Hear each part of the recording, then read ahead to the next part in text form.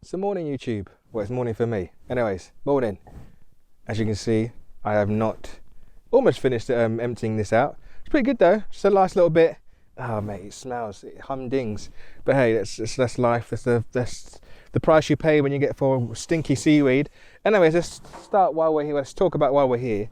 So basically, if you remember last time, I was going to catch that big duck, not big ass duck. We the big ass duck, and put him in here and have him in here for a bit. So until you can fatten him up, and then we can have him for Christmas. Sadly, he passed away. He was very old. He was very old, and he'd been about. So I just came in here. He wasn't acting duck-like, if you know what I mean. Yeah, he had the waddle, but he didn't have the noises, and he didn't have that kind of whole charisma when he first come here. So I knew something was up. But I'm glad he was here and not over there, because imagine if he just died over there. It made me look like I was just heartless, basically. So he was in here, and he passed away underneath here. They had a little shelter underneath here. This was his space. But rest assured, let me show you where we put him. So we're with the chickens, and the chickens are after. This is where most of the seaweed has gone. Need to put the rest of it here. It's quite a lot actually. It's kind of spread out a fair amount. I'm not sure if there's any. Oh, it's so squelchy and sticky here. Let's hope it starts to take effect, because it is humdinging. Let's just say when I go home I smell a bit frowsy. But the rest of that stuff can go here. Put some more over here. I might even add some more into the compost actually. But we're definitely going to flip that soon. So make sure you stay tuned for that, because that is smelling funky. I tell you, I'll be honest with you, that is not smelling right now. So needs more carbon. So anyways, look, have a look. Ta-da! I have been busy. So over here, I noticed when I was working, taking out the stinging nettles, is that the, water was pooling up in the middle just here. And you can see it was obvious. It was like quite firm around the sides, and it was just really squelchy in here. It was like quick mud. So I thought, you know, it might as well, if the water wants to stay here, you might as well just keep it here. So I just dug, and the water tends to cascade, and you can see it kind of pooling down here. But the problem with me leaving this bit open is that once this fills up, it's only going to pee out here and end up just down here. So what I need to do, I'm going to seal this bit off in time, and then I'll just kind of have to divert this somewhere else. I'm mostly just kind of have another little channel going across here and end up that way. Can you see it's pulling up anyway over here? Because in another thing, I'm going to take the pallets down from this, sorry for the sun, from this stub here, and take about all these pallets all the way around pretty much to there.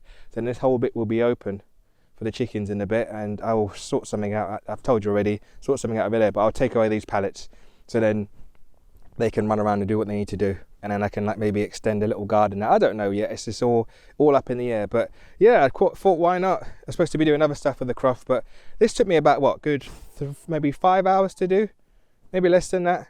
Yeah, I got busy. Yeah, I like digging. It's one of my first jobs. First thing I ever started doing when it came to gardening was digging. I was planting laurels. Laurel, I can't remember the Latin name. I write at the bottom of the screen, but it's a big old hedge, just big, loads of holes to be dug. So yeah, ow. And good old ducky, he's buried under there. So I'm going to put some seaweed on top of him, and that's going to be a nice little fertile spot, and then I'll be able to plant some crops there and all sorts of stuff. Sorry, the chickens having a domestic. They're friends as well. They grew up together. Oh well, you know, if you live with someone, you're going to have to argue. That's natural. If you don't argue then you're living in a fairy tale land. But remember we saying I wouldn't mind some bulrush here. Some like, what's it called? Typha latifolia, I think it's called. I put it bottom of the screen again. But yeah, I've yet to see any of that bulrush here. So I think the native one begins with M. I can't remember the name. I keep forgetting these names of these native stuff here. But I'll put that again in the bottom of the screen. That plant is here, and apparently it's really good for moths, as Susie's mum said, Kate. And I think that would be ideal here. So I'm going to put some of that down here. I'm not sure if you can eat it. I will put some what's it called, bulrush here, but I'm going to use it closer to home. Because yeah, I feel like this should be kind of more native, and just, yeah, it's like a nice little wetland. Like I said, I've driven around the whole of this place and yet to see one bit of it. I might, you know what, I'm going to go around and look. Oh, it's a chicken. I'm going to go around and look. There's the chicken. So yeah, so next year, come summer, I'm going to drive around and just kind of scope out and see if I can actually see some of the stuff, because it'd be nice to have it, and yeah, you can eat it. The chickens and the ducks can eat it too. All the sheep, and when we eventually get sheep too, can eat them. So yeah, it's nice. It's just a nice little habitat. So this is going to be a wildlife pond. If you got any ideas of what to plant around here, just let us know, and I can chuck some stuff in. I pretty much know a fair amount of marginals, but yeah, give me some ideas if you're clued up with ponds, because I never really dealt with ponds when I was gardening. I cleaned them, but I never really had the idea of kind of creating my own one. Whereas since I've got here, because this place is so bloody wet. But yeah, so there you go.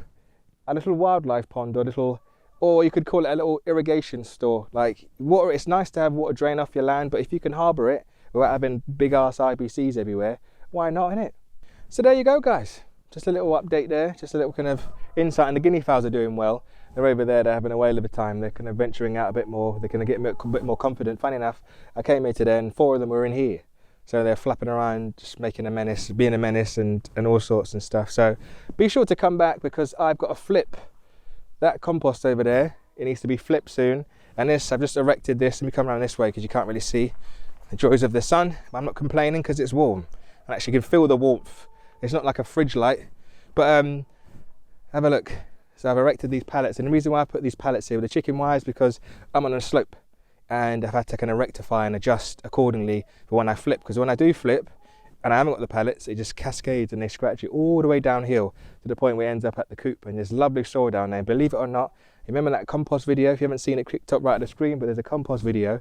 That compost is in that pile there. They've just scratched it flat. It's all in there, but I'm leaving it. I'm letting the worms work, so in time when I do flip it, they're going to rush to it and be like, worms there, and just peck the hell out of it, basically. So yeah, so be sure for this. So I'm going to flip that soon. I know I need more carbon, but I can talk about it a bit more at the time when we do it. So anyways, thank you very much for watching. Peace and hugs, and if you got a bit of sunshine today, enjoy it. And remember, it's not just my agenda, it's yours too.